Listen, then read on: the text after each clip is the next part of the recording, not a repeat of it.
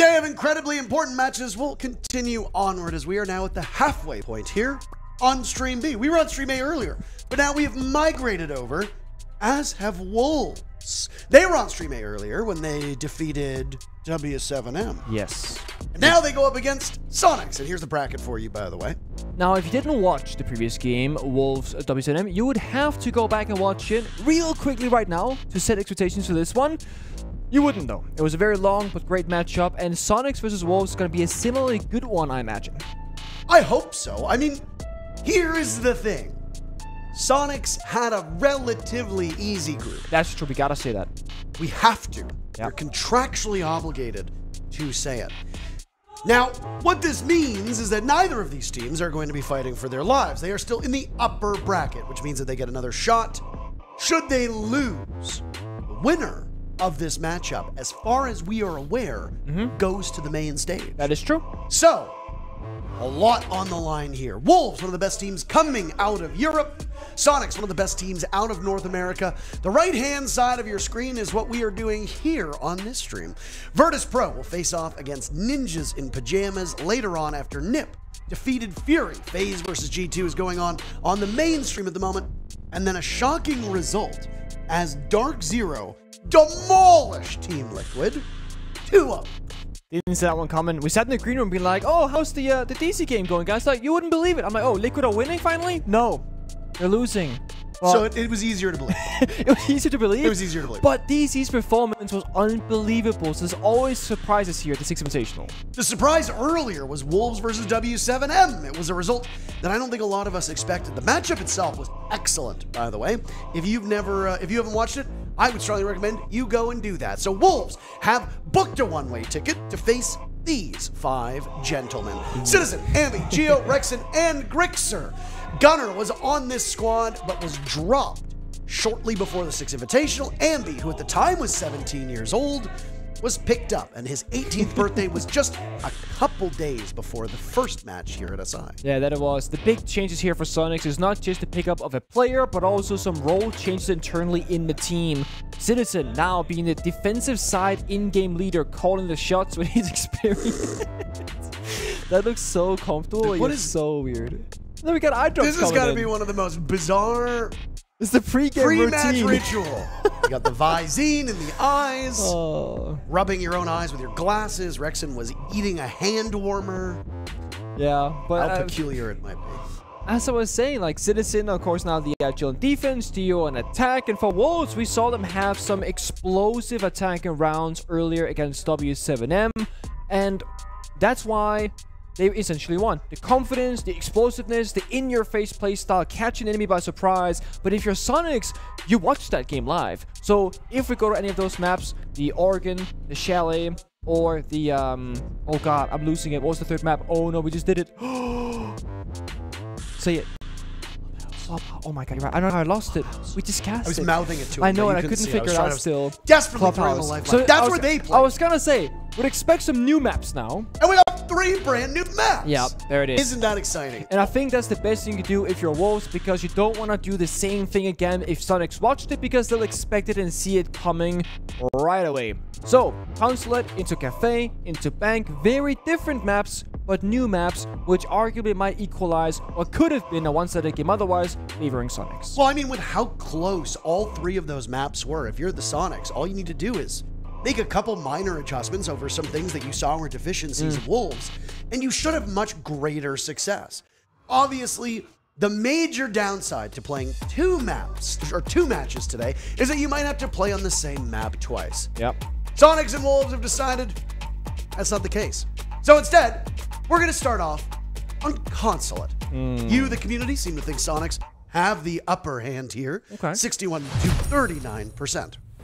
Now, I will say, before you dive into the numbers, okay, community also thought W7M had the upper hand. How'd that work out for all of you? It didn't. It didn't work out for any of you. That's a fair question. Now, Wolves have not played Consulate at the Six Invitational thus far, but they did play it in EU Tier 2 shortly before Invitationals happened, and it was not necessarily a great showcasing. So, if you're a Wolves fan, you really hope they've gone back, studied those mistakes, and fixed it for this tournament, because the thing is, Wolves only banned Clubhouse. It was Soniqs who banned Oregon and Chalet. So despite Soniqs seeing those maps being played out previously, they said, you know what? We respect Wolves so much. We're not going to go there despite having really recent intel on their performance. We'll rather go into the unknown because we know that they have a weak consulate based off the games in Europe. And of course, we will go into a cafe and bank where Soniqs equally feel strong. We know they're a great cafe team at least. We'll have to see what happens bank if we go the distance. But for this one, still could be banned off first, followed by the Munty and the Valkyrie. And the final defender will be one of the Power Rangers, as we say, not in Fenrir, but this time in Solus. I'm sorry, Power Rangers? The Power Rangers is the 5 strong defenders, right?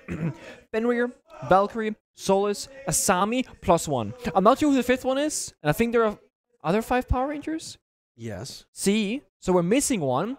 But I mean, technically, not that I'm a Power Rangers lore guy. Okay. But there have been more than 5 Power Rangers before. Okay, that's fair. I've seen like 1 episode or whatever it is when I was a kid. I think I counted. So originally you had the Red Ranger, the Blue Ranger, the Black Ranger, the Yellow Ranger, and the Pink Ranger. Okay, yeah, true. But then Tommy came back and he was the White Ranger. Oh. So you had 6 of them. Oh, the lore here. We're learning a lot. I certainly am. I know that exclusively because of the Power Rangers video game for the Super Nintendo, which was a surprisingly challenging game. We get it. You're old. That's exactly what you said there, because you mentioned a generation before mine. I was a PS1 kind of guy. And you know what?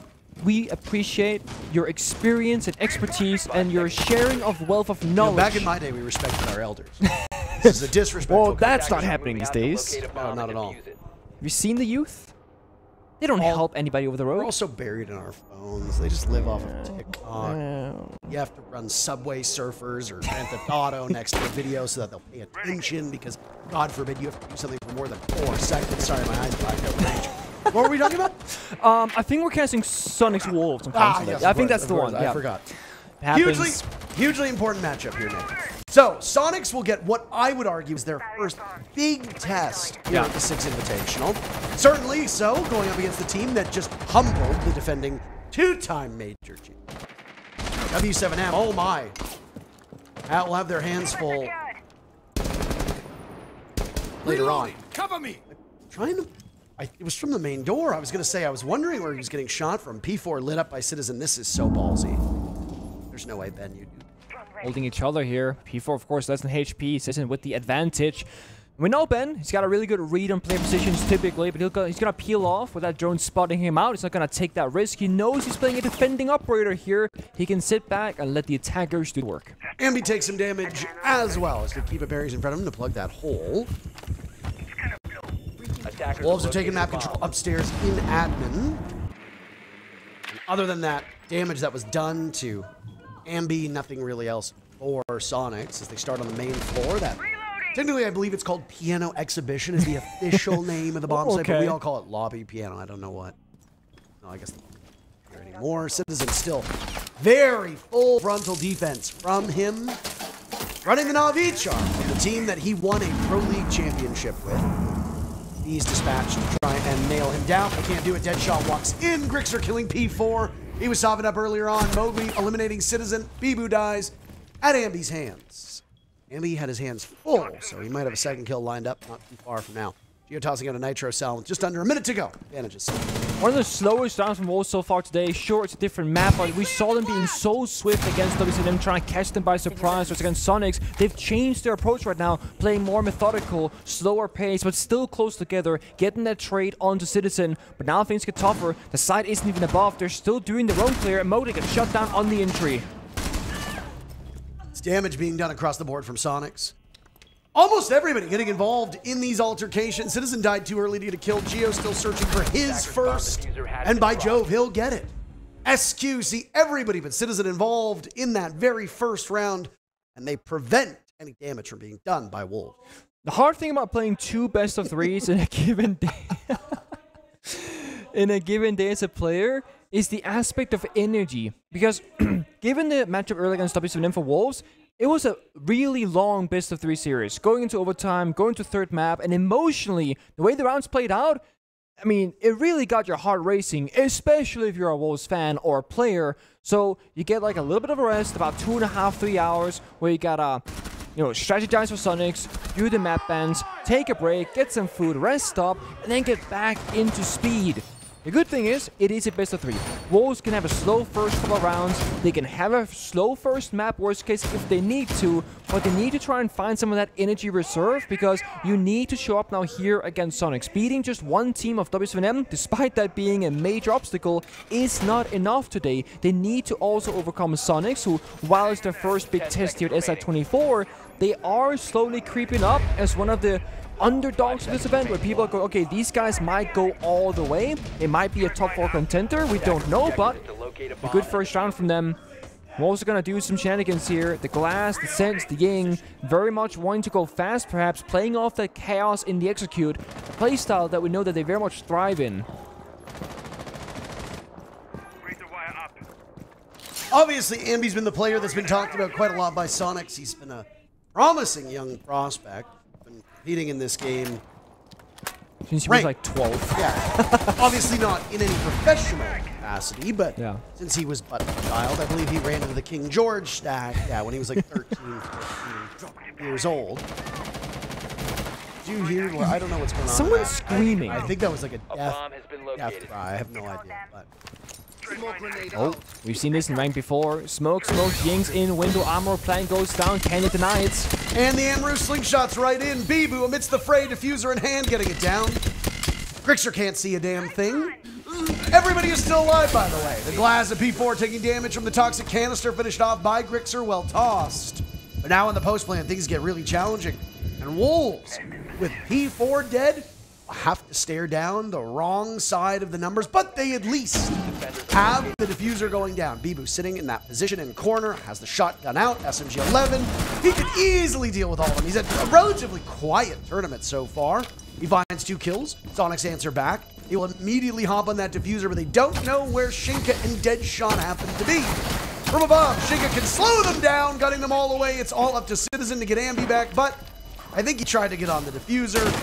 It's way too late, and it's a cleanup from both Deadshot and Shinka, as Wolves will answer back that first round victory by Soniqs. This is a classic ranked push that even Fresh and Friends and I will do in ranked all the time. And the big thing, the reason why this worked so effectively is that they sold the push being a CEO execute. That's where the Glass was. That's where the first call of smokes went out. So the big focus for Grixer as a smoke on defense was trying to throw those two babes on the CEO window, thinking, I'm denying the plant, I'm doing my job, because he was getting Candela at flash the entire time, couldn't hear where the actual plant was going down right behind him with no real cover. There's a big bait and switch there from Wolves, and that's the exact kind of play style that they are so excellent at, understanding the win conditions. And then we saw Soniqs, Citizen, and the Yasami try and keep it off the window, but I think he missed the first keep it barrier. I heard the sound, he went for the defuse, but the cover wasn't quite there, so he got quite messy towards the end.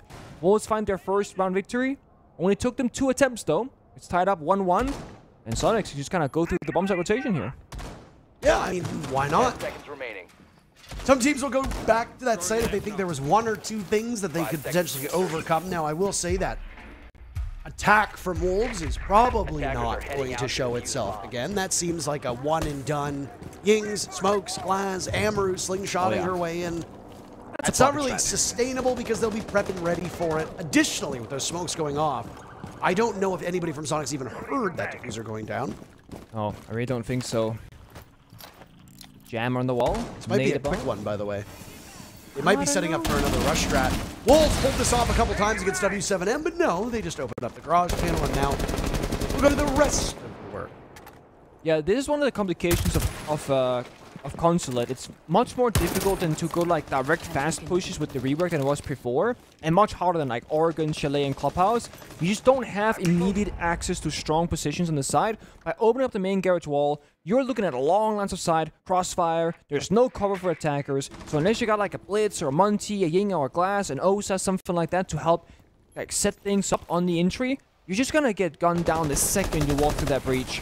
So instead, they go front side, they get the breach, now they're rotating towards the backside instead. They're gonna do that second step. It's gonna be a 4-1 split most likely, so 1 player outside the main breach, 4 people attacking the backside trying to advance. A good old hammer and anvil strategy where you'll push them from one side into the other. Love to talk about the hammer. I love it. It's a great term. Can't stop Nick from talking about the hammer.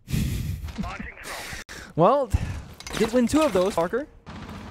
That's not how it. No, I know that. The people at home. But it was more PG friendly. But the people at home don't need to know that. I was absolutely talking about the hammer. Oh, yeah. Do you know what Sledge's hammer is called? Yeah, Cap did this to me. It's called the caper. Yeah. Did you hear that bit earlier? He did it to me as well. Oh, he did, yeah. Did you get it, though? I did. Oh, good job. Swapping mags. Because I am Scottish. Yeah, well, yeah, you get like 1%. That's the ginger beard, right? That's the Scottish part? No, I'm 100% Scottish. You're not 100% Scottish. I am. Both your parents are not Scottish. They were born in Canada. Exactly. Grandparents were not.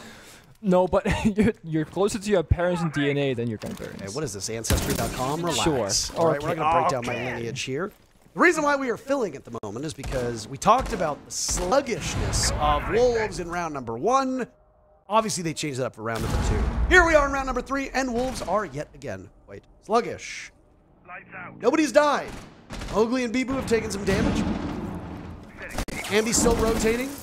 Heading off site, the bees will go, and Grixer baits Mowgli into an engagement. Citizen on the board as well. And it's just a slugfest. Within the span of 5 seconds, half of the server is cleared out.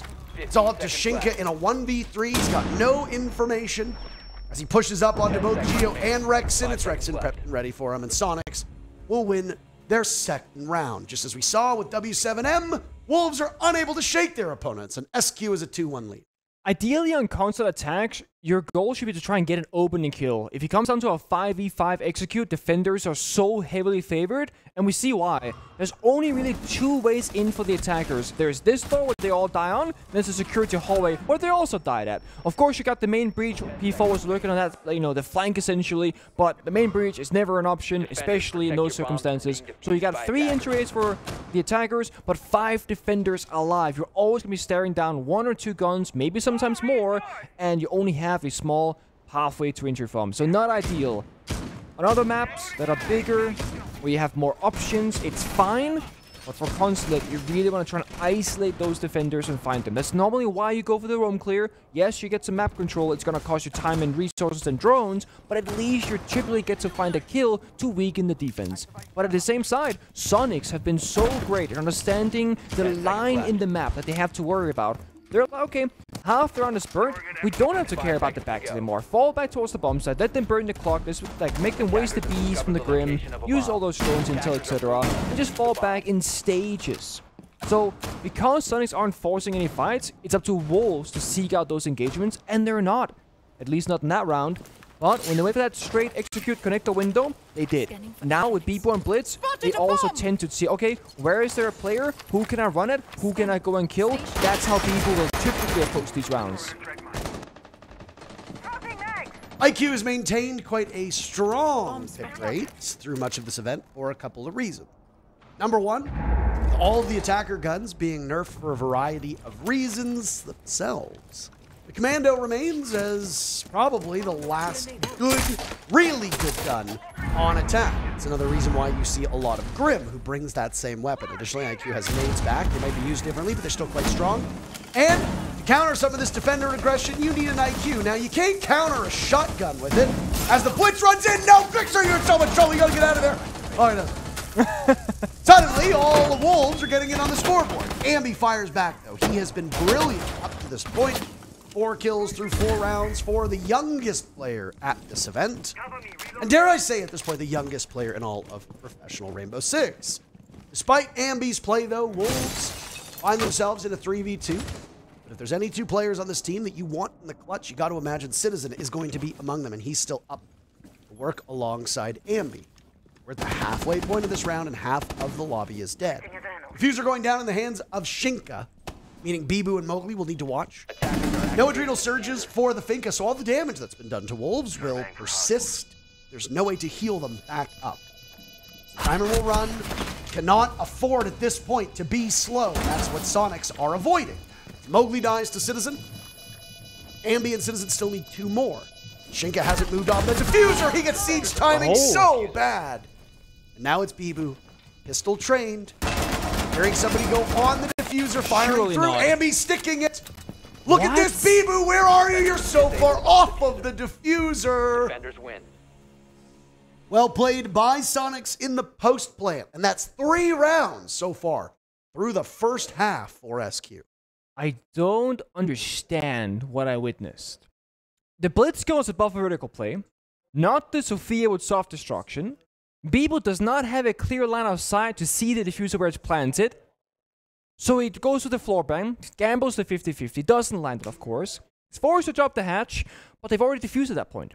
Wolves are making some bizarre mistakes that they did not make earlier. And I frankly would never expect of them to make these. It must have been miscommunication. The post-plant holes were perhaps made already or something along those lines, but they weren't. Soniqs, you are correct, Parker. Saying that Citizen and B, a great duo to have alive for that retake, was correct. They won their individual gunfights, they pushed together, and they secured the diffuser and took care of business as usual. And Wolves, in very common fashion, just like in the previous series, will call their timeout on the 4th round. I'm gonna go back and look, because I believe in 2 out of the 3 maps that we saw earlier, they will call their tactical timeouts on the 4th round, regardless of whether they lost that round or won it. Yeah, on both Chalet, the 2nd map, and Clubhouse, the 3rd map, they did. One of them, they lost, the other, they won. So pretty much, 4th round, that took a timeout for Wolves, then they perform better, typically win the map or go into overtime. See if they can do it here as well. One big outlier right now is P4 going 0-4. I say this because he was one of the front runners on all 3 maps earlier against W7M, getting kills, getting entries, and of course, being a very big voice for the team. The complication that often occurs when you're playing Consulate is simply that it's very hard to gain a full overview because you're often just having so many players from the same direction. So the information that you have, it's like being in a car in traffic. You can only really see what's directly in front of you. You can't see in the distance. As an IGL, as a vocal player, you need the overview to make decisions and to make the communication flow happen. And I don't think P4, he has that in these rounds. Attackers have located a bomb. We had the privilege of casting one of the most defender-sided maps, which is Clubhouse in the map pool, just before this, even though it was several hours ago. Consulate has steadily moved up that ranking, sitting alongside Skyscraper as one of the most defender-favored. So the fact that Soniqs have taken 3 of the 4 rounds, with Soniqs being on defense, is pretty par for the course here, Nick. I don't really find anything that particularly strange about this. I don't think Soniqs are a bad team by any stretch of the imagination, but we do obviously need to highlight the fact that they had a relatively weak group in comparison to a lot of other teams. Strong performance against Wolves will put a lot of that discourse to rest. So far, Soniqs are showing up exactly as we expected. Everybody has been quite active here. Cover me! Oh boy. Particularly Citizen. Here's those Candelas go off. Rips a C4. Ambi kills Bibu. A second from Ambi as well, who's on 7 kills, but that's all she wrote. Bottom of Visa stairs. He will die to Deadshot. That's tough. That's your primary push up the Visa staircase. And again, to not brute force an issue. I spoke to Fresh before this saying, what is your take on these maps for Wolves? And he said immediately, oh no. They're going to Consulate because they played up against Fresh and Friends in the multi-qualifier, like a tier 2 basically event in Europe.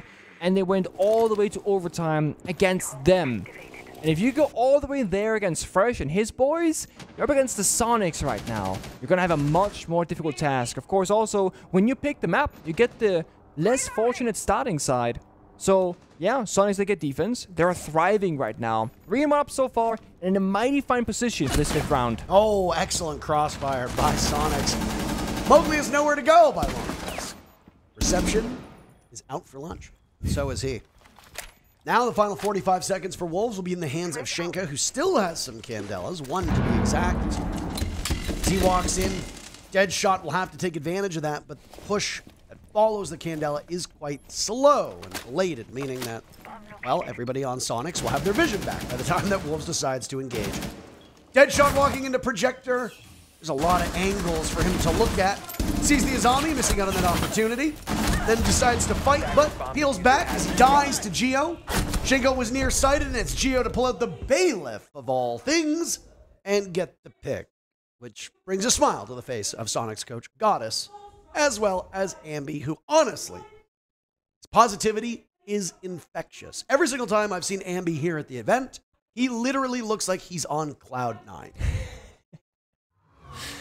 I love seeing the end of the table between Citizen and Ambi for sure. The banter between them, the hand signals and handshakes, what else they're doing.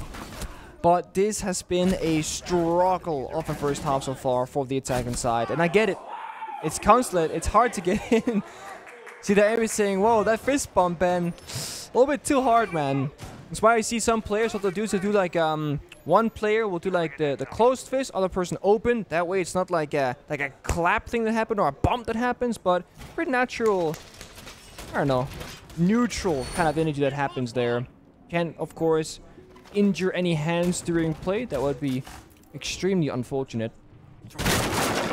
Soniqs are going to show us all 4 bomb sites. This vertical one, Taylor's Archives, it is pretty much like before the rework. It heavily relies on the verticality, playing C-Force below for plant deny, and the attackers have to worry about first roam clearing the map, then the C-Force below, trying to plant above, or simply skipping the Taylor section entirely, and just going for a straight basement execute. So, a lot of things to be taken into account here, a lot of things to take control over as an in-game leader, a lot of overview required to make the right calls.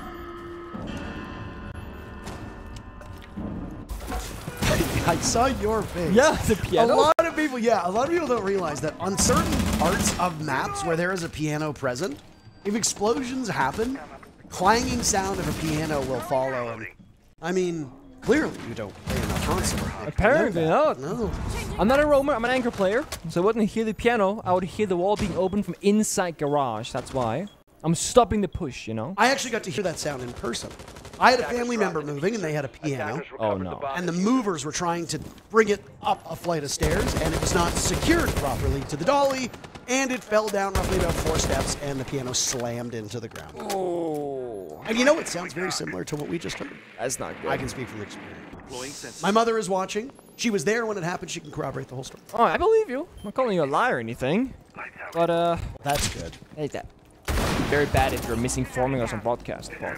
You think I just come on the internet? I would not do that. Nobody would ever. Everybody has to be truthful on the internet. It's the first rule. I like this bomb site, by the way, because teams tend to bring a huge difference in operators when attacking it. There's a lot of diversity on this Teller's Archives bomb site. It's one of the few remaining split-level bomb sites in the game. And as far as I'm aware, it's the only split-level bomb site of all the 9 maps that we have. I'd have to add it up, but as far as I'm aware, it's the only split-level bomb site of the 9 maps. Somebody can correct me if I'm wrong. I know I will get a quick stat correction. So, what do? Well, usually teams like to clear out the bottom floor first, but that seems to be the biggest obstacle for Wolves.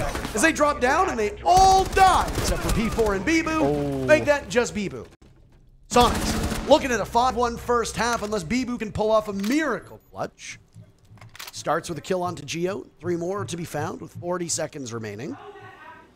Attackers have recovered their defuse. Bibu has not been as good as usual, but that's okay because the rest of Wolves have been able to pull that weight. Citizen out dueling Bibu as he pulls off the diffuser. Really hard pressed to imagine how Bibu wins that one. First half in the books, 5-1 SQ. It's the same story for like the 3rd time so far. Wolves go for a quick execute. They drop down the hatch, but again, disadvantageous position. They don't find the opening pick before they execute, and they don't win it in the initial engagement either. Drop a hatch, you die. You swing out, you die. Ensure to trade 1 member onto Rexen, but that's simply not enough. And of course, in a 1v3, in the middle of the side, with no real control, no drone backup, anything, people cannot get the bomb planted. So if you're Wolves, one of 2 things will happen now. Either you knew you were gonna suck on attack and maybe just gambled on getting 1 or 2 rounds. They did get the 1, and you're gonna absolutely go nuclear on defense and all is good in the world. Or you lose your map pick of console. It's really one or the other. Now, the difficulty with picking console, like I mentioned, you start attack. Everyone knows it. It really sucks. But any team in their right mind would have more confidence in themselves, and the game plan is to get more than a single round, I am sure. So the fact they weren't able to muster 1 is not a great look, but it is defense. Anything can happen. We've seen that many times before this tournament so far. 5 seconds left before insertion. Now we gotta see what they're gonna do. Right now, pretty standard stuff. The only thing missing from Wolves, I don't think it's an operator. I don't think it's execute or ideas. They had those, but I do want to see P4 get on the scoreboard. He's 0-6, often leading the charge into battle, calling for his team, managing the resources. What happens if you take two Americans who happen to be two of the loudest people on the planet and you put them together? You get Stings. Stokes and Lynx. And they are currently casting next to us. Now, there is a partition between us, but it stands absolutely no chance against the gale force winds that emerge from the mouths of those two. And of course, as G2 is involved in that game that they're casting, there is lots of chaos. And we can hear it. You hear it on the microphones. We apologize in advance. So far, it seems like that matchup has been a lot closer than this. Now, Soniqs could have put some serious heat onto Wolves, and maybe there's still opportunity to do that, but Rexon walks in and dies. Mowgli gets traded out. Mowgli looking like a shadow of himself. P4, 0-6. Yeah. Now, P4 is not necessarily going to be the guy who lights up the scoreboard day in, day out. But you need a good supporting cast, and right now for Wolves, even the supporting cast isn't getting the job done. Deadshot dies, and Soniqs take a numbers advantage with half of the round to go. And this is the thing, Soniqs on their first attack, they find an opening kill, they trade 1-for-1 to a 4v4. You're thinking, that's same as 5v5, right? No. As a defender, or sorry, as an attacker, getting those numbers early to like, get a 4v4 or 3v3 will slowly start favoring the attack more than the defense. So already here in the first round, Soniqs, they have succeeded where Wolves could not. And that's why we see the defense now really playing passive. They cannot risk losing one more body. So while they do want to lash out and try and get a 3v3, they cannot risk this going to a 4v2. With CP4, Shinga, they're sticking corners, shotgun, close quarter combat, waiting for Soniqs to make the first move, and they're rotating, denying default cameras, denying the intel, and making Wolves unable to guess or rather know exactly where they're going to be striking from. There go the bees from Geo, which have been used in a lot of different ways. The thought process behind Grim when he first came out was that, well, he'd be for anti-flank, but that really hasn't been the way that we see him. In fact, Grim is mostly used for flushing out roamers now. Dump a couple of the bees in, use it for area denial. If somebody walks into it, you get good information, and then you get the diffuser down. P4 gets kill number 1. It looks like number 2 will shortly follow, but he has some difficulties against Citizen, who has AK in hand and keeps Wolves at bay. Now it's Geo's turn into the engagement. Bibu wraps around this assault as the diffuser goes down in Geo's hands, but Citizen moves Soniqs to map point on Wolves' map. This is flying by. Soniqs with great control the entire time. Also, you might be thinking, why did Geo push for the kill there in the 3 versus 2? Well, it's very simple. He knew there was a C4 on the board. If he goes to that default plan CEO window, that C4 gets tossed, it takes down Geo, leaves the fuse in a bad spot, and Citizen top yellow stairs with not much HP. So he knows he has to push through, deny the C4, get that kill, then go to default CEO window plan spot, and he does just that. But again, the opening kill onto Mowgli, very important. Then secondly, Deadshot dies while vaulting downstairs. Very unfortunate timing for him.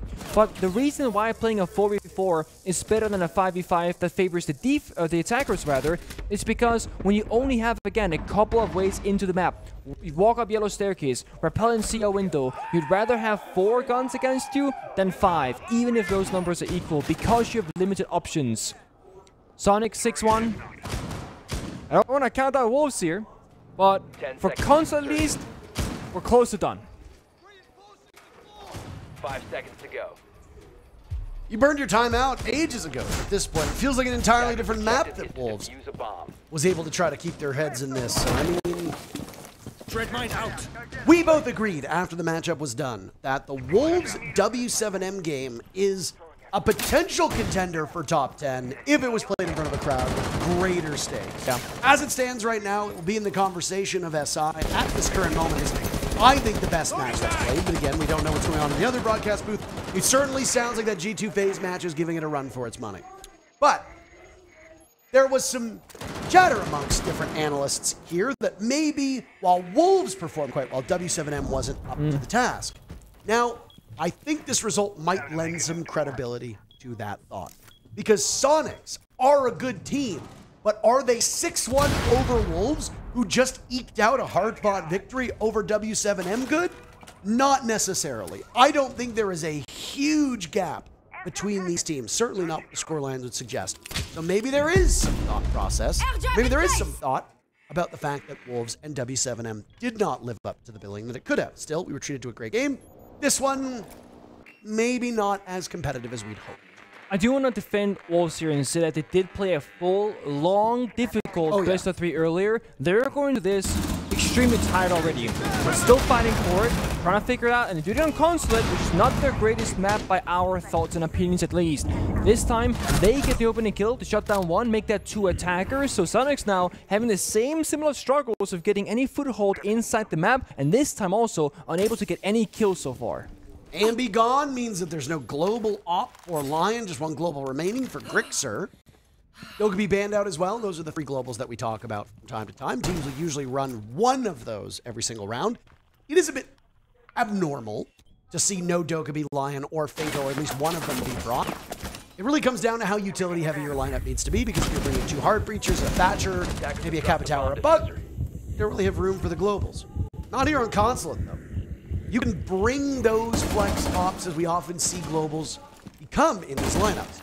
All the while this has happened, by the way, Wolves have yet to lose somebody, though. Deadshot is awfully close to dying.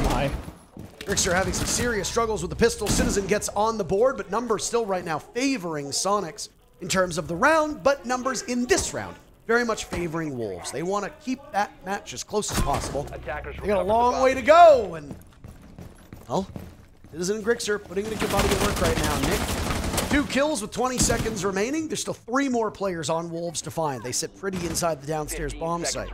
Kiba barriers strewn about, as now the 2 players will have to go through separate parts of the map. Citizen hitting the Kiba barrier, out to charge into B bomb site, being watched by 2 different directions. Grixer gets 1 pick, but all hope is lost as Bibu and Shinka get kills 4 and 5 right as time runs out. A spirited effort from SQ, but it was just too much for them to overcome. Wolves stay in this. They need to be perfect for the remainder of regulation. Their only way out of this map positively is through overtime. That could be as far as 25 minutes away. That's true. It could be a long first map here. And I will say, surprisingly close round given the early stages of it, with defense very much looking like they had full control until they didn't.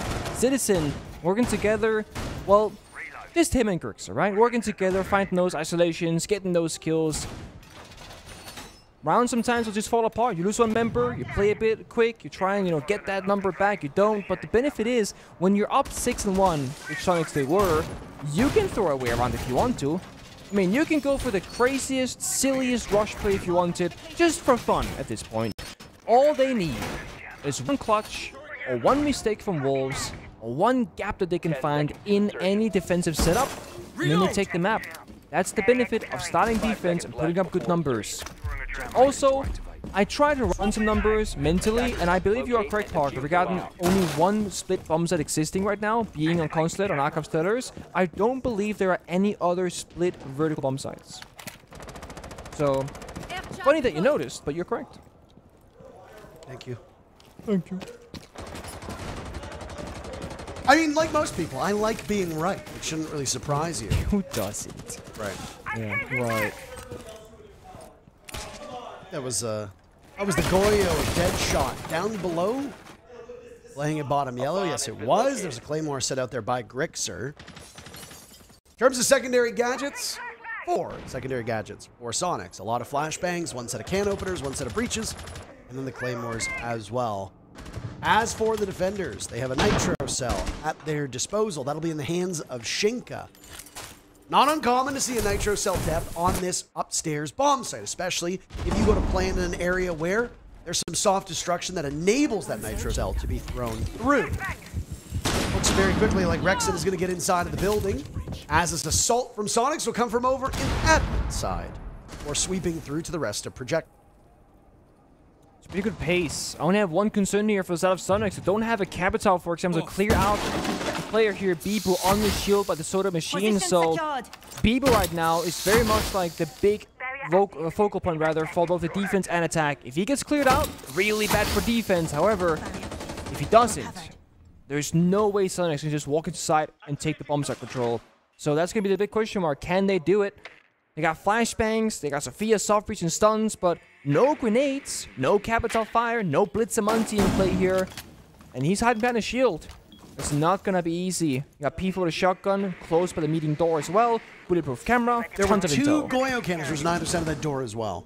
So you time it correctly, you're going to get a lot of value out of that. And you see absent from Soniqs is Flores or a Twitch, which means that you don't have to fear, if you are Wolves, an operator who can hard counter that. Those Goyo canisters, except for being shot, are going to remain there until you decide that they don't deserve to be hanging on the wall any longer. That's a good way to put it. And there you see him, Bibu, the man of the hour, behind the shield, just waiting. When are they going to push? Where are they? We see the silhouettes, so they're rotating across the map. They recognize that perhaps the gig is up, and oh, Rixer, you swapped the wrong way there, my guy. It's okay, it happened. He's got one more. It's fine. This is just the biggest event of the year. Yeah, he's got the wall up now, you know, but very late rotation, CEO in the diffuser. They've completely swapped the attack, and it's worked because most defenders are towards the meeting side of the map. Rexon baits out a fight, loses some of his HP. His dead shot sits in this position. P4 getting a pick. Shinka and Bibu as well. Citizen 1, Rexon another, nearsighted. It's all up to Rexon now, as we are witnessing just an overwhelmingly defender-sided consulate with Wolves going back-to-back on their second and third defenses to tighten this game up. But again, the stakes are, you gotta be perfect for the remainder of this second half. You do not have a timeout whatsoever. So, you play as best as you can and hope to God that Consulate really is as defender-sided as the stats suggest. I was going to say, the stats don't even suggest it all that much. So granted, before this, Consulate only played 7 times. It's a 59% defensive win rate. So, yeah, it's better than attack, only by 9, well, not by 9%, rather than this time, 18%. So, really, you would expect more than a single attacking round going from either side, but so far, that's been the record. Wolves, they lost the first round, they won the second, on attack that is, and lost the rest. Soniqs, they won the first one, and they lost the following 2 so far. So if one round is all you're gonna get, well, you're looking at overtime. We'll see, though. The issue is, Wolves gotta play every bomb site twice, or play all 4 maps, bomb sites rather, at least once. So, Soniqs will see how they defended the first time, they can adjust to it, adapt, make their changes, then attack it again with more precision, and that might just be the way in for them. They get to analyze this live, figure out the problem, they got the tactical timeout. Worst case, I imagine if Soniqs, they were to lose this upcoming round that we're watching, go 6-4, that might be the time for it. Try and strategize and talk together as a team to say, okay, what do we expect next bomb site wise? Because you can narrow it down, and be like, okay, how are we going to hard counter this setup? Maybe they have a pocket strat, like a one-off like we saw from Wolves with the Amaru, Sense, Glass, Inside Connector window, because all you need is a single round.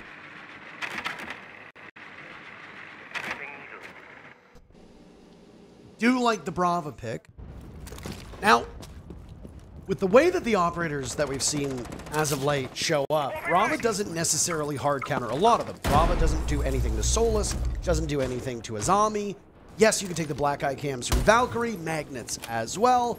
Capcom is on the board. It's always good fun to see a Brava get used. In fact, you and I actually casted a match where a Brava, I think it was you and I, it might have been one of the other duos.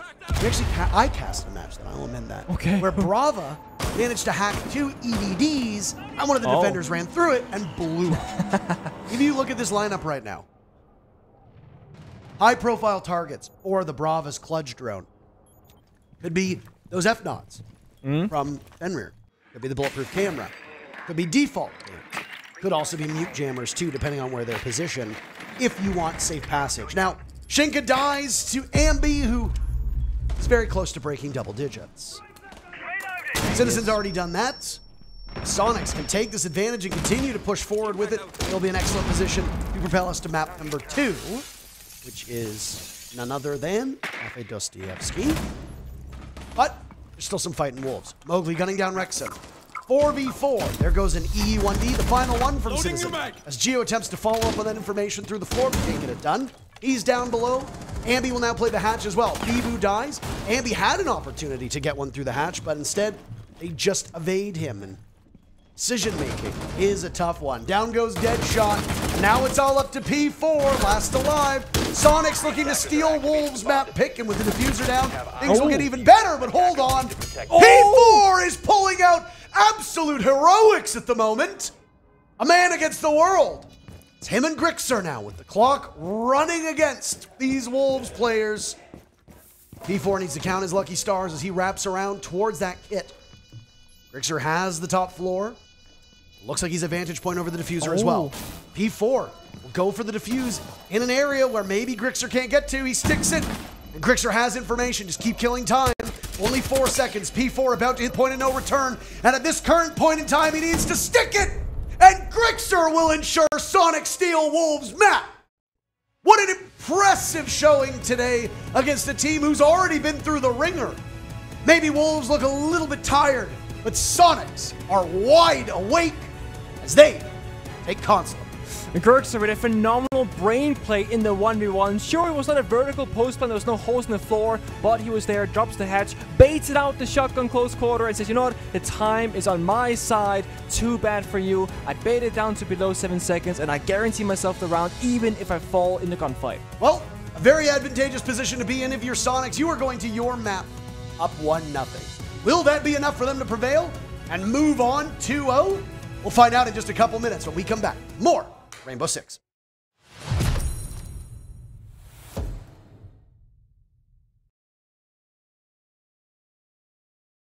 And stationed in a little bit of a wraparound right now. We see one side, Benjamaster. I honestly didn't even realize we were in the bomb site. And Souls just wraps up 2. Alamau finds 1. He's put himself on the Ash this time, taking it away from Doki, excuse me. He's playing the Ace this time. But Souls might find 2. Vidaking shut down in the process. FaZe, their defense holding strong. This is a great setup as well for FaZe. Still maintaining that top floor control. Cyber bringing himself into the fold here too. Virtue's gonna make an adjustment all the way back up to Vents. And he more than likely knows that somebody's gonna be on this window. He's flirting with it for just a second, but Handy's gonna go down. 3 versus 3 now after Uno will pick him up from the custom space. He's worked his way into detention. He's actually right on the precipice of being able to have an opportunity to plant if he can find a home for this dang thing. A nice shot on the Souls now as well as the Fragmite has came to play. KDS, can you get it done? He cannot. Alamau with a beautiful shot out of the R4C will finally pick up another round for G2. Uno finding himself as the second attacker to make his way into the bomb site that round, and much more successful than the first. Benja cut down unceremoniously, and Souls following up with the other player outside of Passport. So FaZe have a 4v3 right here because of this moment. Benja thinks he's found an opening. Souls, very not aware of it, which happens sometimes, but he wins the gunfight, and that's what matters, and then prepares himself for the second, is able to shut it down. But Alamau, as you said that round, with that very quick kill at the front door, and then Uno and Alamau as the duo to end that round, both with 2 Ks that round to finish things off. Excellent showing from G2, who play a very slow game. Fabian mentioned on the desk how both these teams are such masters of pace. Yes. Such masters of tempo, and I think that round is a great example. 45 seconds in, walls getting opened up, explosives being used from both teams, Util being cleared, and then silence for the middle half of the round. Benja creeps in, dies, Souls gets another, so be it. And then 10 seconds left. G2 start ratcheting up the pace as Alamau moves into front door, Uno moves in from 5 jail, seconds left both get before 2 kills, both end the round. Yeah. Both of these teams have such a storied history for all of these players. Even somebody as young as Benjamaster, SI 2023 champion. They've been birthed in the fires of Rainbow Six Siege. All of these timings, all of these angles, it's practically their skin, Carter. They know it like the back of their hand. And we get to see it time and time again. I mean, just think about what Souls was able to do in those dying moments there, or rather in the moments inside of Customs before he was taken out. And just all of these different little micro decisions to bear for both respective squads, and it's so magical to be able to watch. Round 6 now, our last one here for G2 on the offensive side, unless we go to overtime, and they're looking to tie things up. Some gadgets found, Banshee identified inside of office.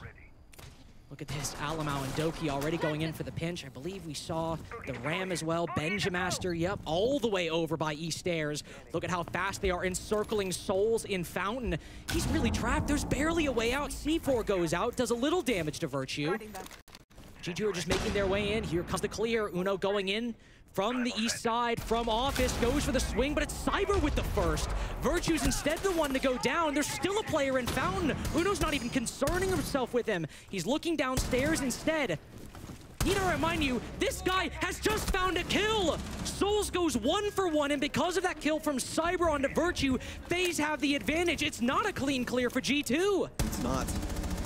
Still have a lot of opportunity, but it's dwindling. This fuse implemented would do something for them if they can kind of just make a muck of things, try and make it to where positions like bathroom are a lot more difficult to play. You never really know where these pucks are going to go either, but Vita King, he's seemingly found a gap where they're going to try and expand, and as of right now, these horizons for G2, well, they're starting to go down into the night. Starting to be dusk on this roster. But as soon as I say that, a little bit of sunlight here as Alamau will take out Cybernato. Pre-fires through the wall off of that yellow ping. They know Handy's in the area, and they're going to continue to try and mark him. Handy has to know now that the jig is up. They know that you are inside of Workshop. We know with the crosshair. Carter, I'm starting to get nervous. 35 seconds remaining for G2, and they cannot find this pick they're so desperately looking for. Reaching charge out will be very close to Vita King's location. So close, so very close, and yet Handy being fired at through a wall, a breach charge above Vita King, and they're not moving. They don't care. They have their positions. They feel they can cut off the attack, and they just remain. They hold fast. Vita King for one, Handy with the second. Their patience pays off. 2v1, we are out. Knocked down. 4-2 for FaZe. Not at all afraid of G2's attack. This feels like a heavyweight title fight right now with what we're seeing. The patience, the cadence, right into that direct jab. Little uppercut action there from FaZe. I absolutely love that cadence that we saw, especially inside of Workshop, Carter.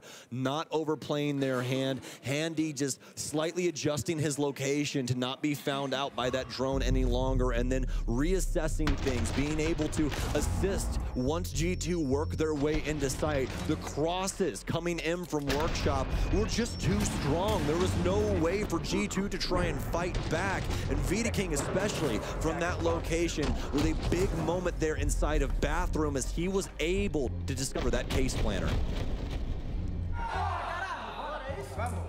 FaZe have the lead. No 3-3 half, this time 4-2. G2 will need to win this half just to bring us to overtime. They match at 4-2 will not be enough. A regulation 2-0. You need at least a 5-1. 5 seconds to go.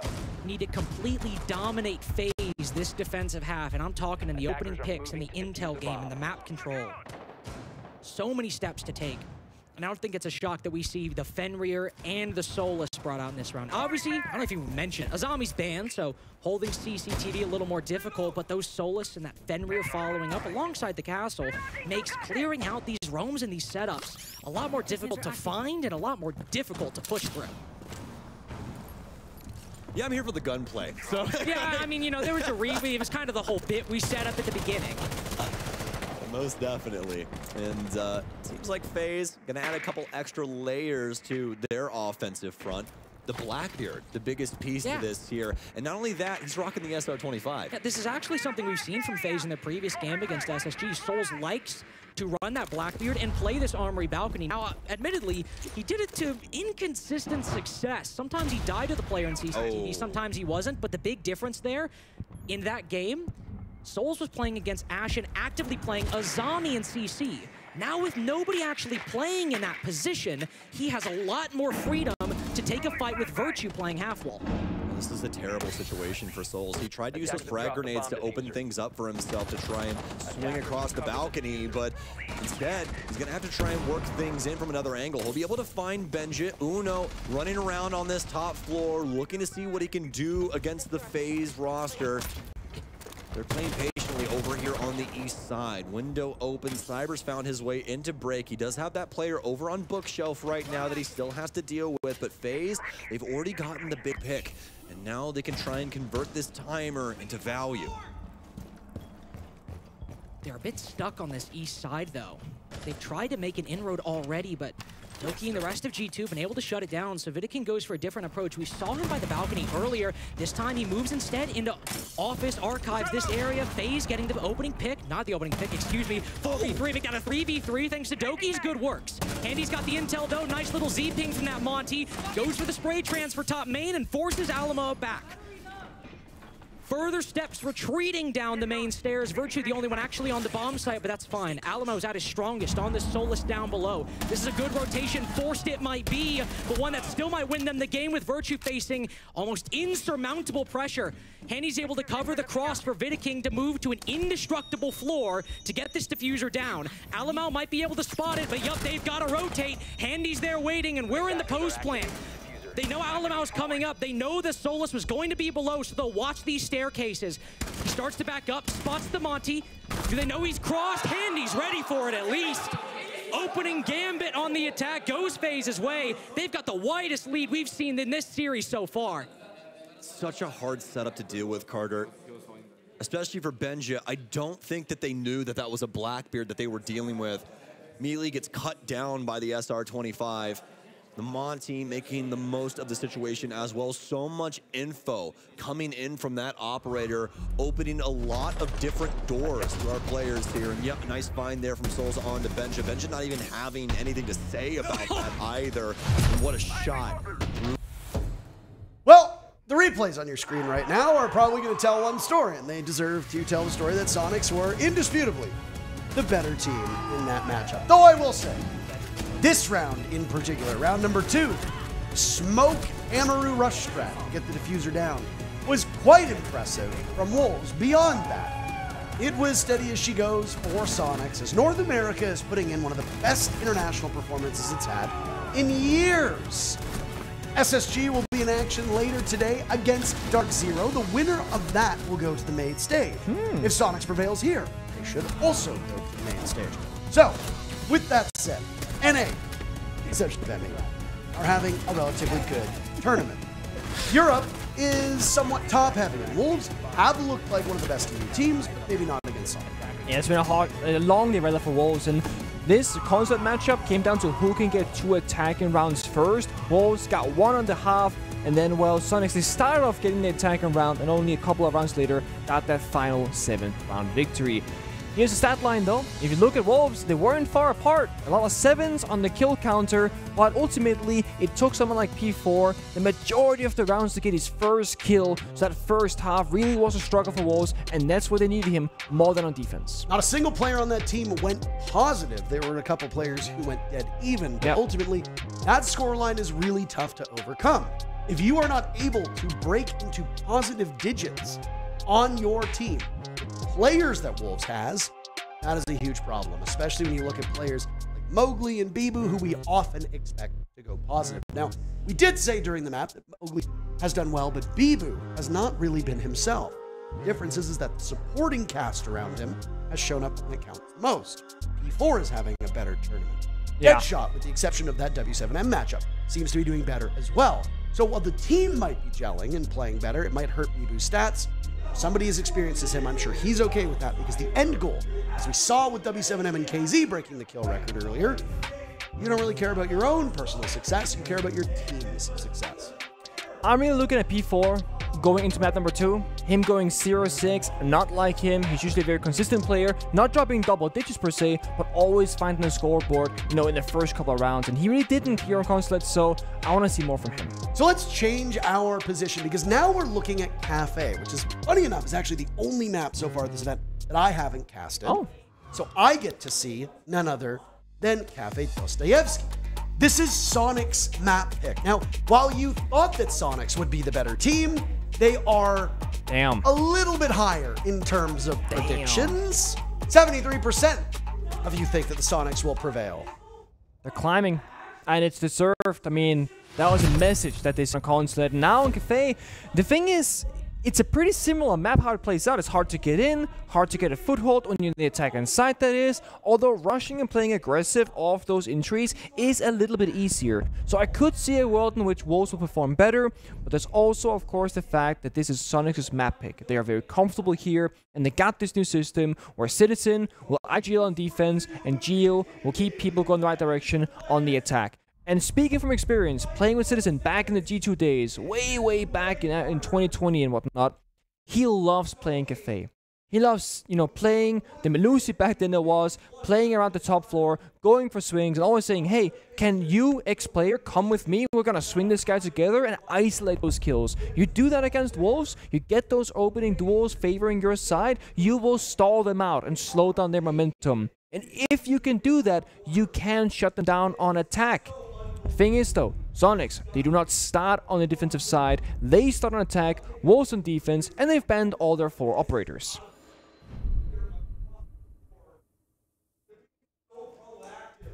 Just looking at these operator bans right now. When you look at somebody like Fenrir, Okay. Fenrir has immense value on pretty much every bomb site. Yes. There really aren't many reasons to Defenders, not protect your bombs from bring a being Fenrir. used by attackers. But where does Fenrir typically provide the most value? And it happens to be on maps where there are lots of narrow doorways, narrow hallways, or jump/vault in parts of the map. Cafe has all of those things. Yes. So not only are you going to be dropping hatches in Cafe, but you've also got windows in Cafe that you need to keep mind of. There's also lots of debris on this map. Plenty of places for you to stash those gadgets all over. I referred to it in a previous matchup as nooks and crannies. There are lots of nooks and crannies, and lots of places that you need to check. It would not have shocked me if Soniqs had brought an IQ, especially with this lineup from Wolves, but not present. You can track down the Soulless when her gadget is active. You can deal with the Warden, deal with the magnets, but I suppose maybe you saw their lineup and said, you know what, let's bring lots of disruption instead. Yeah. Grim, Capitao, and Ying are 3 operators who will provide a ton of distractions. Not just in terms of visual distractions, but will also force you to move. Grim and Capitao effectively work as area denial. Wolves are not prepared for it. They can get pushed right into the leading arms of the escape. There's a reason why the cocktail bomb side doesn't see as much play as it used to. It's because with the presence of Grim these days in Capitao, it's hard to play top floor. You can go on cocktail window repels, use your bees for intel, then fire off those player positions and rappel on into sight with the Incandelas. That's exactly the line of the Soniqs they've brought out right now. They could go for that same similar attack, and right now they're scouting for intel, figuring out where is this player downstairs. Citizen has not drone Deadshot successfully, and he now has a punch inside a freezer. Bit of a cat and mouse game. Citizen wants to go up the white staircase perhaps, so it's a bit of a timing game now, reading the pacing of the map, something that Citizen excels at. You see it right there, got the yellow ping from his drone from his teammate. He knows the verticality is there, he expects the flank as well, but he's wrong for now. Deadshot's not gonna challenge, gonna go Bakery up red stairs instead. Soniqs, they're still setting up, waiting for the final piece of intel before they make their execute. Soulless a Deadshot is down below now. Inside a small bakery. Close enough to be able to ascend the red stairs. We'll also have any visibility on drones that are set up on the 2nd floor. Cafe is an interesting one, Nick, because all 4 of the bomb sites can be played quite regularly, and to relatively similar success depending on the team. Candelas are going to rain out. You can also hear the bees going as P4 repositions to challenge the skylight. This is a very bold play. Plenty of players have done this and ultimately been burned for it. They got what they need though. They know cocktail is clear. They can do the second set of fire.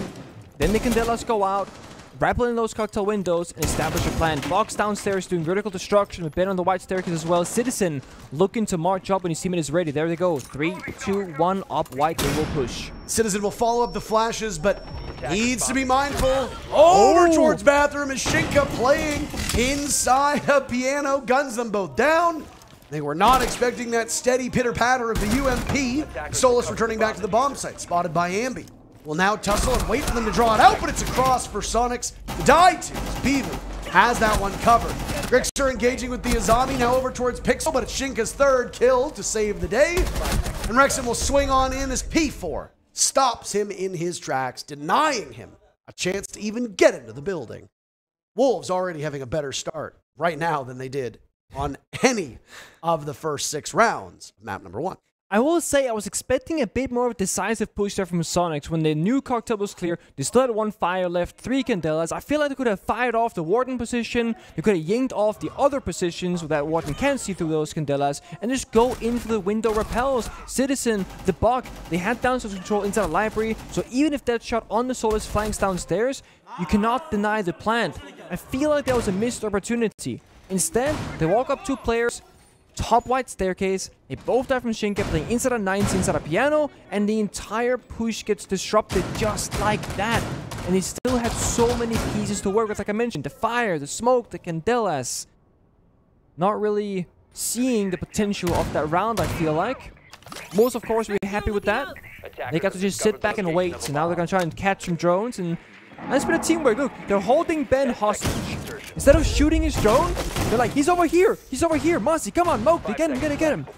Citizen escapes the Mozzie pest, or will get shut down as he tries to flee the area. He will not survive the round for the prep phase.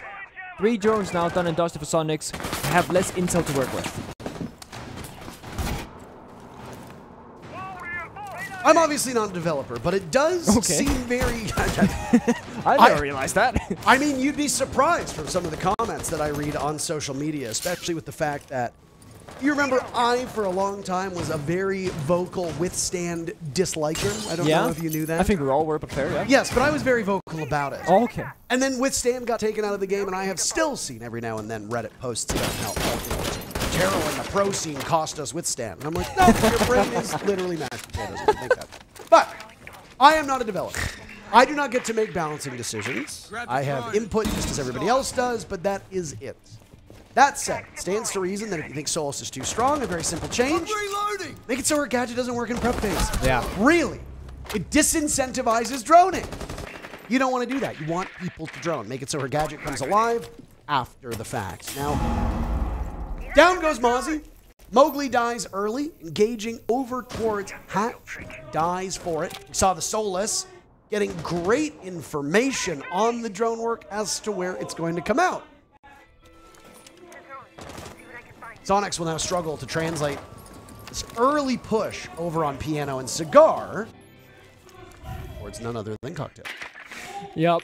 We'll see what they can get here. Intel, of course, from Soniqs, very much appreciated, very vital for them to make their decisions. And they see the yellow pings going out, rather, but can they, well, they can act upon that one. And just shoots the head off of Bebo, rather, and Sivo gets traded back from Shinka. So Wolves is still trying to fight back. Deadshot knew this was coming. He thought he'd have the pick, but he doesn't.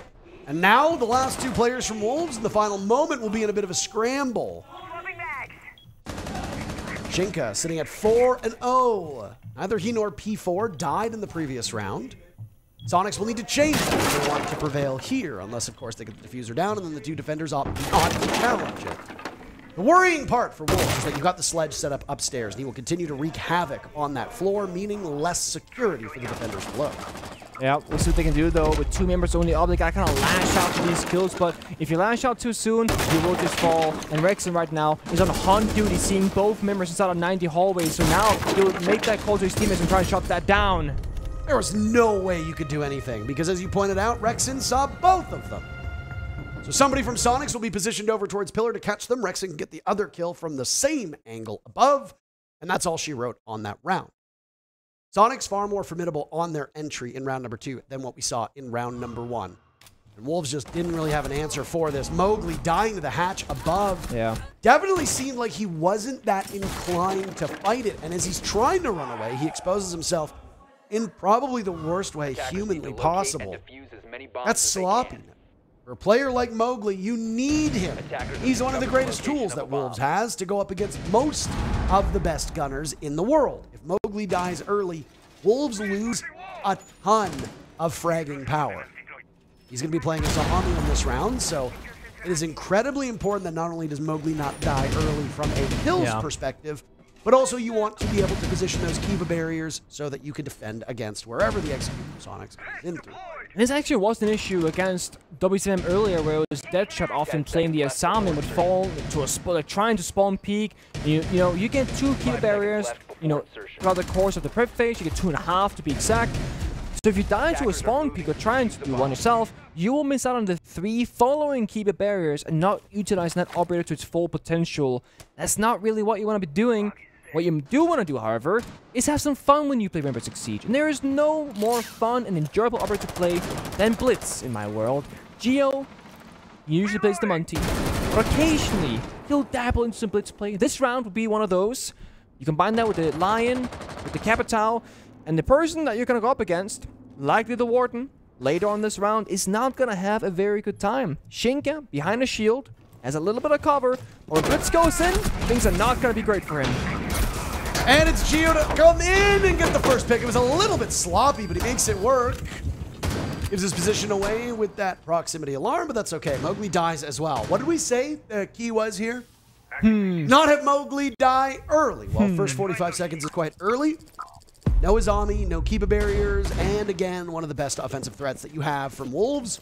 We'll have to wait for another round to find his very first kill. I don't know how Geo got away with that, but did you see the look on P4's face? That frustration as it starts to set in. And if Soniqs can keep breaking the spirits of Wolves and get in their heads, I imagine an early timeout will have to be burned by Wolves, which again, as we saw in map 1, will greatly benefit us.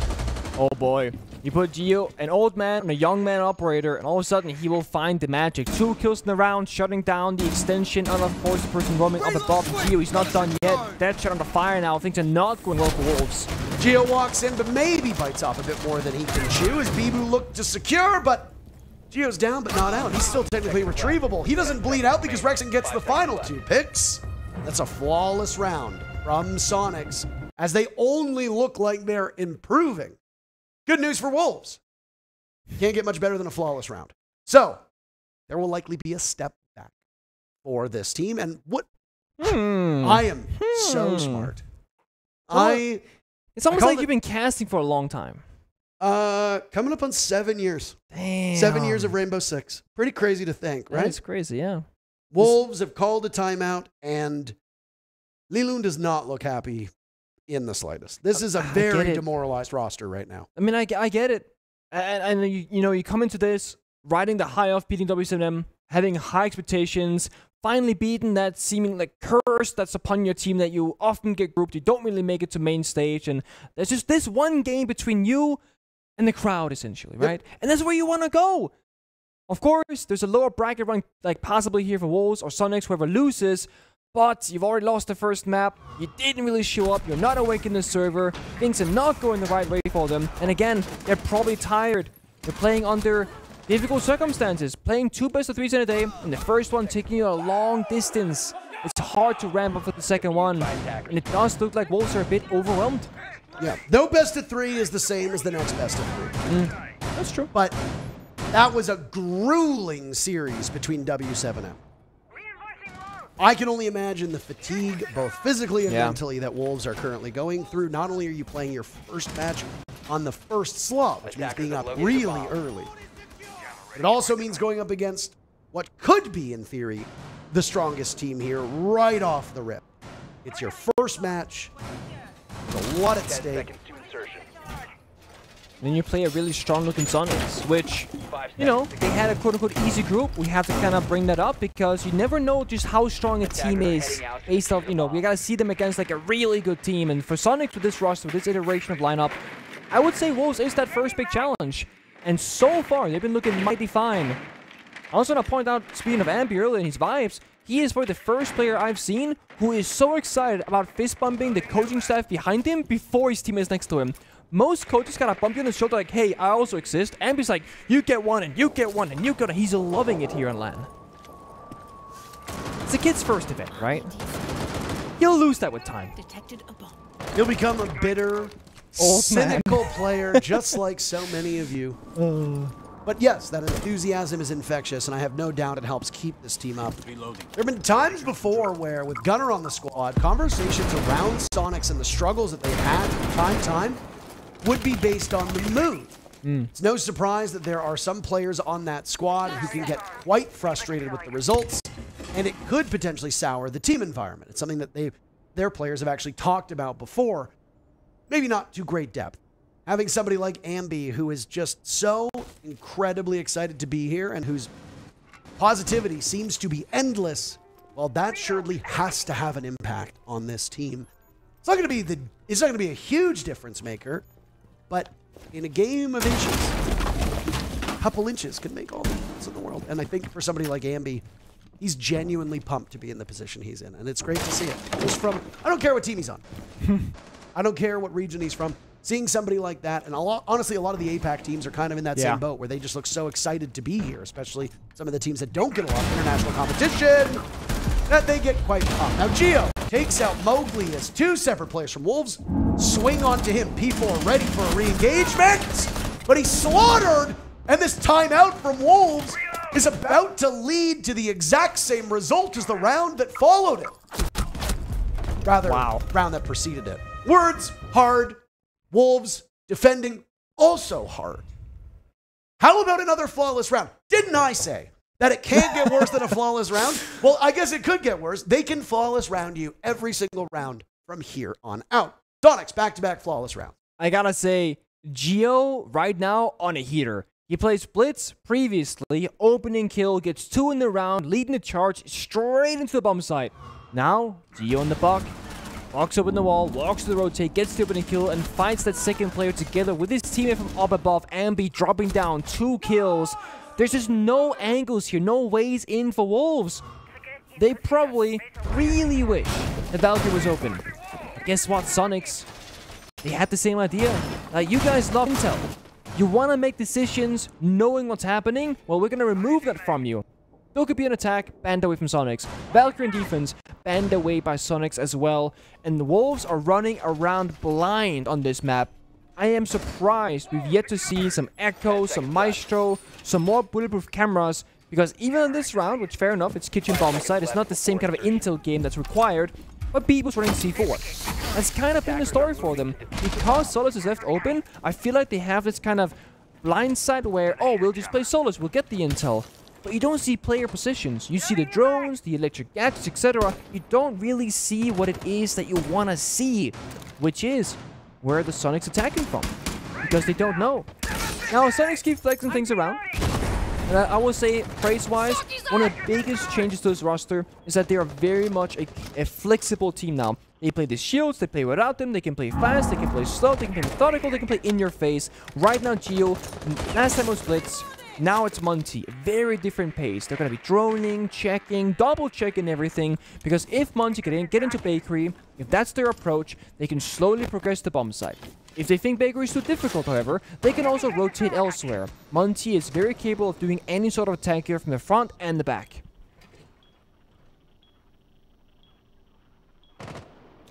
One minute into this round, and the Monty stands by the door as Geo will need to break that laser gate, surrogate gate. That's been deployed as we see the very first Aruni in this matchup. Aruni, Azami, Amaru. Kind of confusing when you look at it. It's kind of tricky. So does this, though. The problem-solving power of attack. Ambi cannot hit the shot. It was close, though, but it's people opening things up onto Grixer instead. Defense favored. I was going to say that the Kiba barrier from Coat Check into that lobby portion is actually helping him, but Ambi is very worried that it's been prepped so that somebody on defense can easily take care of it and fire back. Now, Ambi, maybe wisely, has gotten out of this position. He's not going to engage directly onto Whiskey. Instead, he'll watch it from far away. I honestly think that when your shield walks through it, you shouldn't take any damage. Geo pressuring dead shots. Citizen going down to what? A Nitro cell, and Bibu is every kill so far, Nick. This position that he's playing inside of prep is doing so much damage. And we're about to see a third flawless in a row, but not from the team in teal. It'll be at the hands of Wolves. Rexon is last man to get into the building. Wolves actually took the first bit of damage, and there you go. It is indeed a flawless round. So Wolves, well done on their part. 3 flawlesses in a row. Amongst the two teams, yeah. I'm at a loss for words. I kind of wish we saw more of that from the Monty. I don't know if the plan was to bait the defenders and Baker to try and think this is going to be the main execute. Everybody rotate over. Maybe thinking that they're going to leave the back portion of the bomb site like softened up, weakened. Because, well, no one was there with Gio. He was very much on his lonesome. Ambi and the crew try to take in main lobby control, bottom wide, etc. But all of that didn't really go anywhere. I thought they were just going to walk in Bakery, isolate the Bakery player, guns blazing, but no. Soniqs on their final attack, at least in the first half, looking to go 4-2, up in round numbers, of course. Whereas Wolves, they want to equalize. Every round they can get, they'll take it. And every single member is slowly getting on the board. Again, another slow start for Wolves. That shot not a kill to his name yet. P4 got the first one. Mowgli sitting on 2. But it seems like, unlike against W7M, where every player was activated on the board working together as a team, it has been more of individual moments here for Wolves. I want to see more trades coming through, them playing closer together. Because whenever Soniqs, they start shooting at you, it's not just one gun. It's 2 or 3. You gotta either match it or play around it. Of course, you see both Smoke and Mute in this round, so not the greatest gun to the bomb site per se if you want to play long range. SMG11, while great up close, well, at a long distance, it can be hard to hit your shots even if you're a pro player. We've seen pro players miss quite a lot so far in this event, Nick. Shouldn't come as a surprise to anybody that reacclimating to this game after being away from matches for so long can require a little bit of time. There's the shooting range in the game that you can warm up on. And, of course, other third-party games that you can use to train your aim. One of them used to be a sponsor. True. But I won't say their name now because they don't pay us. Oh, that... No free advertising. You're a man of money, huh? No free advertising. So, did your podcast ever get a sponsor? We had a couple reach out to us, but we never ended up taking them. So you don't love money, okay. Interesting. I didn't say that I wanted money. It's Ubisoft and Blast's money. Oh, it's not mine. It's their money. Well, right now my money slowly going towards the side of Wolves, right? I believe you. Okay, get the 3-3 half, tie things up, make Soniqs really work for it. It's gonna be a slower approach here from the side of Soniqs. No more blitz, no more Monty, no rushes, just the Grim Bees and those Candelas from the Ying. Up top is their focus. But they know that there might be a danger below. There it is, C4, Ambi on the IQ. Gotta use that scanner, buddy. If you don't, you might just get C4 from downstairs. It was pre-placed, by the way. The Bluetooth camera made that call. It's gonna shut down the entry of Soniqs.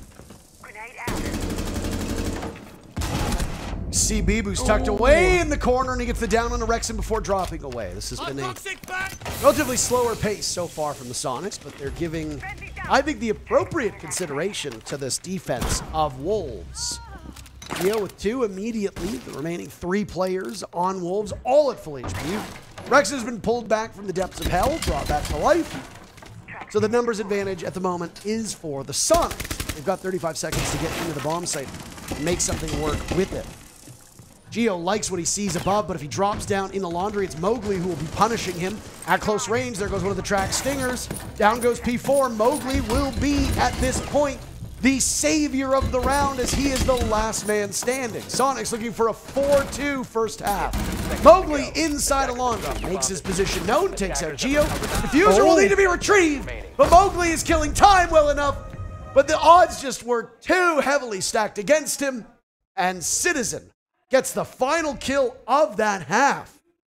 Soniqs, 4-2.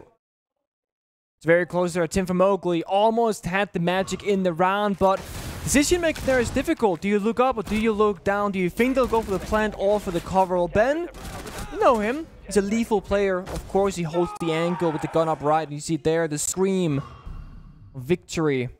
4-2 indeed is a scoreline for Soniqs. I can be very happy and proud of that. Getting 4 attack rounds on Cafe, not easy by any means. But of course, if Wolves they match it, Soniqs will have to step up on defense as well.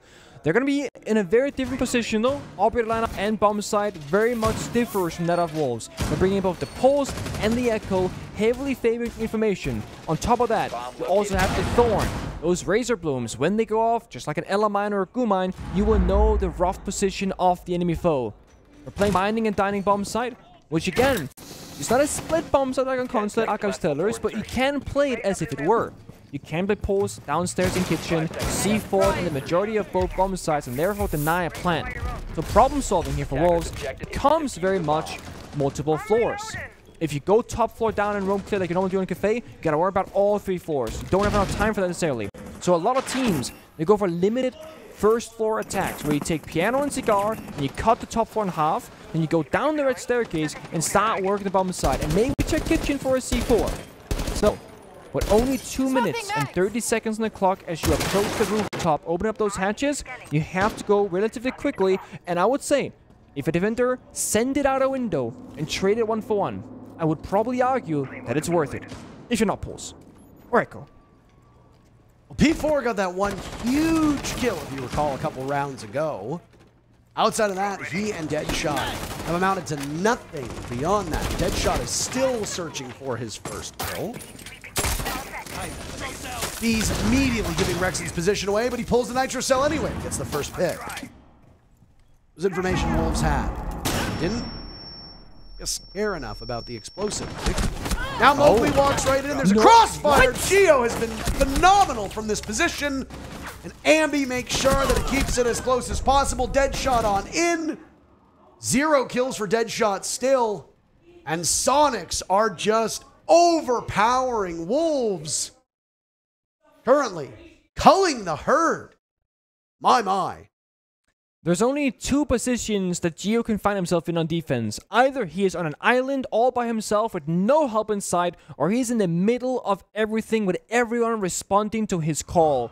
He was hiding in piano, didn't get checked out by Mowgli. P4 fell earlier. He's prone on the floor, gets both kills, and he gets traded. But who's there? It's Ambi, also inside of piano, to shut things down, to trade it back as well. Soniqs, they have their marks. They have their player positions on the map, but in positions that make sense. If one person falls, it's not going to be a domino effect because there's always another link in the chain. When you have these kind of setups, you'll have somebody on the offense, far in the fray. You'll have your middle link player, which in that round was Ambi, playing in the middle of piano, and then you have somebody else playing far away. That's going to be in the back end of things. And as long as the middle link doesn't get broken, Ambi in that round, it is very hard to get anywhere near piano.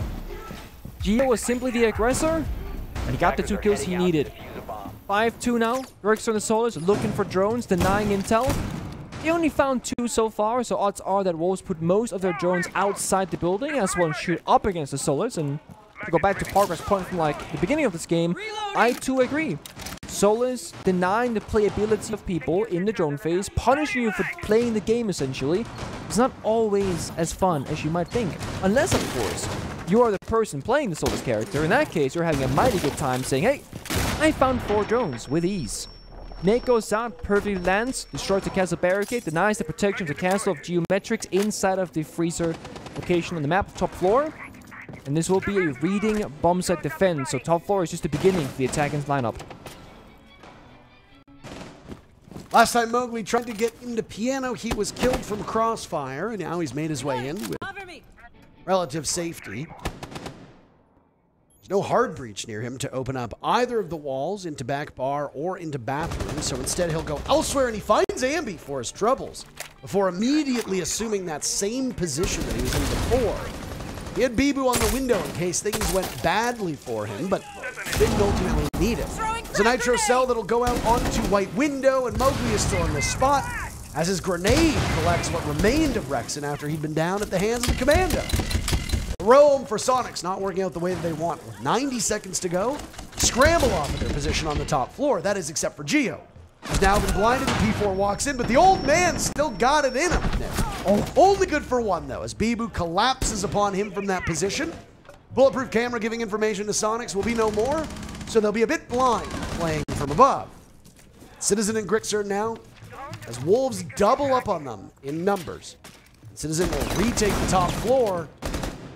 Hears the sound of the Commando and immediately has to peel off. Maybe fight towards the hatch, but at least Wolves know Citizen is positioned on white stairs.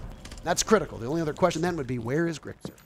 kind of gotta make those plays and lash out because you just have to do the vertical plays. Bomb's gonna fall apart. Bergster with a nice shot to Moke. Shuts down the wide staircase push, leaving just a one-dimensional take here from Wolves. Deadshot still searching for his kill. You've got to be kidding me. Down goes Shinka now as well. Deadshot drops. 0-8. And by God, Soniqs have somehow pushed us to series point. Grixer is fired up. I'm sure their fans are as well. Wolves seemingly struggling with the round lead. It burned them time and time again against W7M, and now the same thing is happening against Soniqs. Long stares on the faces of these players with not much to say. And for somebody who talks for a living, I don't really have much to say about that either. P4 was so vocal up against W7M when they were losing, especially bringing up the vibes, talking strategy, and trying to problem solve the situations. Right now, we saw the player faces. There's not a whole lot of talking from the side of Wolves. They seem very much demoralized based off this result here. And to be honest, Soniqs playing it great in that 2v4. Citizen goes up wide, aggressives, doesn't find anything, and will not overcommit. He'll fall back down, destroy the drone, relocate. Mowgli, for whatever reason, probably due to that drone intel, will advance down the wide staircase, but they don't know where Grixer is. He was inside a train, holding the angle to the wide staircase, and shuts Mowgli down, leaving just 3 attackers on the same portion of the map, Laundry Hatch and Pillar, walking into side, and they just clean it up. Rexon will have some fun, jumping out a window and in another after that, or jumping out rather, a window and in another after that. Going for a spawn peek attempt, keeping Wolves on their toes, again buying a little bit of time and value here. Wolves going for a utility-oriented setup. The IQ, the RAM, the buff, they very much want to go top floor. They want to roam clear, want to destroy the soft floor, leave them to outside kitchen bomb side, and try and set up a plant. So the question now is for Soniqs. Are they gonna challenge on the roam like they have in the previous 2 rounds, or will they surrender the map to the attackers and let them do their business? Well, we see here, there are very much 5 defenders on site. No one's even pressuring the red staircase or the white staircase right now, so Wolves, when they get those drones out, they should make a quick approach to the building, recognize and realize that it is clear, and start doing that vertical destruction. 3 rounds for Wolves in the previous map. That was their choice. A little bit behind that tally at the moment with 2 rounds. This is Soniqs' map. Do you expect SQ to do well? Cafe also is not a rarity when it comes to the attacker-defender win rate. It is a defender-sided map, as we come to know. Wolves might end up losing this series with fewer rounds than in their very first map of their matchup against W7M, which is just a shocker. Obviously, it does stand tall as a lesson to be learned that even if it was a weak group, Soniqs have been so formidable. Deadshot 0 and 8. I can already feel a Yardy tweet coming up about him. Grixer flushed out of his position, now over by Prep. Shinka taking damage as Grixer is softened up as well. But Grixer wins the fight, excuse me! I was unfamiliar with your game. Grixer's luck runs out though to P4. But still, so much damage is done to P4, leaving Bibu with full HP. That's about it. Soniqs have 45 seconds to find the ghost of P4 and Bibu. Grixer have been stealing some of these moments in these rounds. I cannot believe it. Phenomenal play, finding both, and Citizen with another. It's just P4 against the world with 1 HP to his name. This is unbelievable from Soniqs. Talk about a statement match.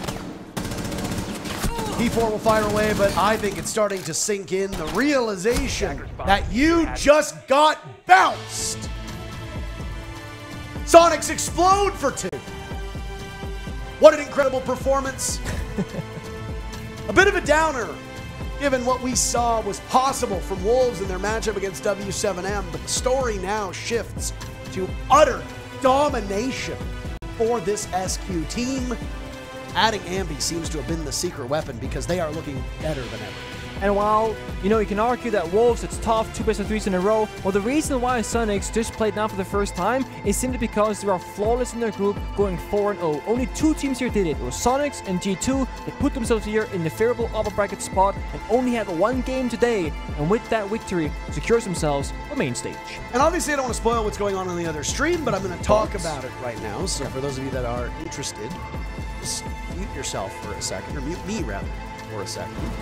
G2 dropped a map to face clan. So G2, obviously, a little bit behind Sonic, who don't drop a map at all. They only drop 5 rounds through the 2, as Sonics maybe benefiting from the lighter schedule, maybe benefiting from extra rest, maybe capitalizing on a weak team that isn't fully in it, as Wolves did, of course, have that nail-biter against W7M earlier. So a bit of an odd day for Wolves. You dethrone the major champs in the upper bracket, send them down, but then get smoked by Sonics. Yeah.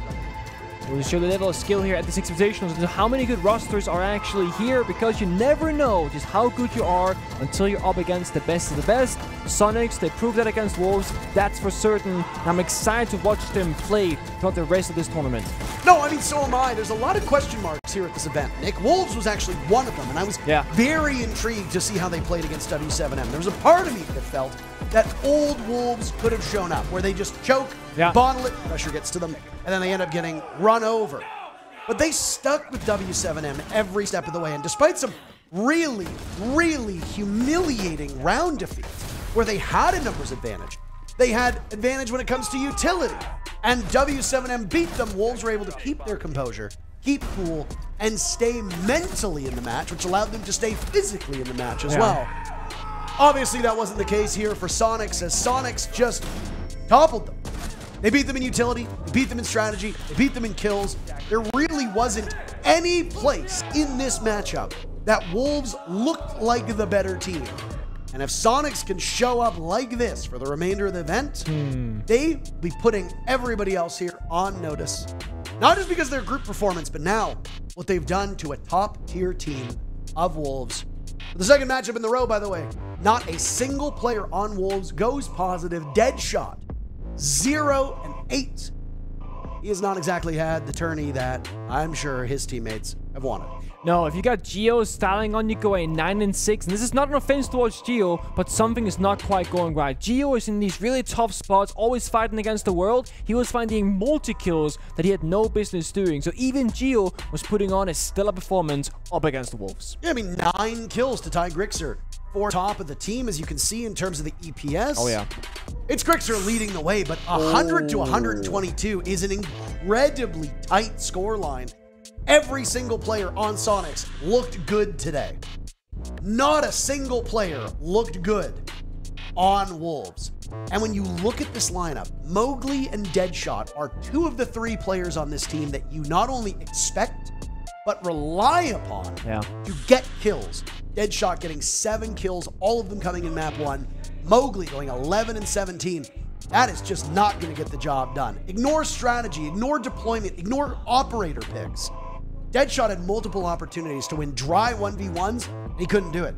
Same with Mowgli, the amount of times that he just barged into a room after getting droned and still died. That's not going to get the job done either. The good news is that the mistakes that Wolves made in this matchup are very obvious. Yeah. They are relatively immediate when you assess what went wrong, and they should be, in that case, maybe easier to fix. Yeah, and I think they can also write some of this off, saying, you know what, it is what it is. But Grixer, that's the big talk about right now. 6-1 on entry, phenomenal performance, leading his team into battle. So Sonics move into the semifinals of the upper bracket. That is a huge result. As for Wolves, they drop down to that lower bracket. My understanding is they should move down to where Fury and Bliss is, but I am by no means an admin. So my assumption would be in that case, they play the winner of Fury and Bliss. One of those APAC teams will go home, the other will move on, and boy oh boy, Wolves will have a chip on their shoulder. As for that FaZe G2 matchup, it is going on the main stream right now. It stands to reason that if you're here watching the B stream, you're probably aware of the main stream. So I don't need to compel you to go over there and watch it, But with the explosions that we hear right next door, it sounds like it's living up to its bill. And it does. So in case you're curious, twitch.tv/Rainbow6, well, you knew that already. Go check it out. We still have one more matchup here, though. So we got the Intel Plays highlight before we send to our final matchup here on B Stream. Sit tight.